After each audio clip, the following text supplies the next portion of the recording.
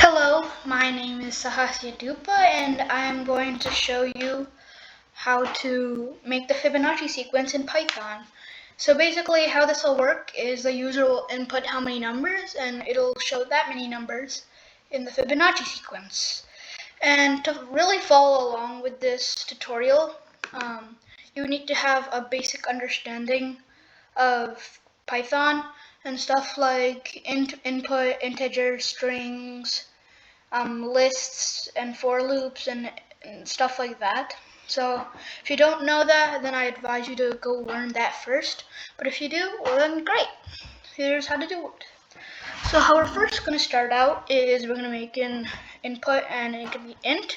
So this is going to tell us how many numbers we want to put in of the Fibonacci sequence. So call it how many numbers.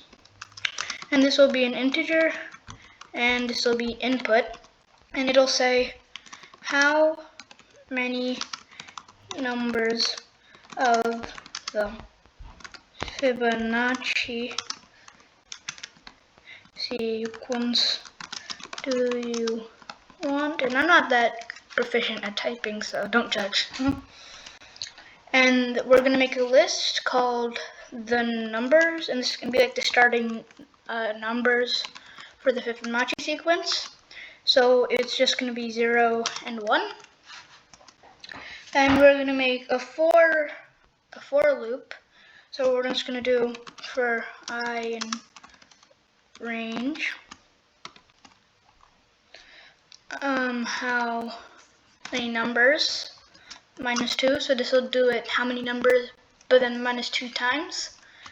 And then what we're going to do is we're going to make a variable called added, and this is going to be the sum of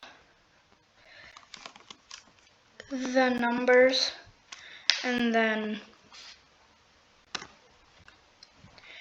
-2. And then we're going to append that to the numbers.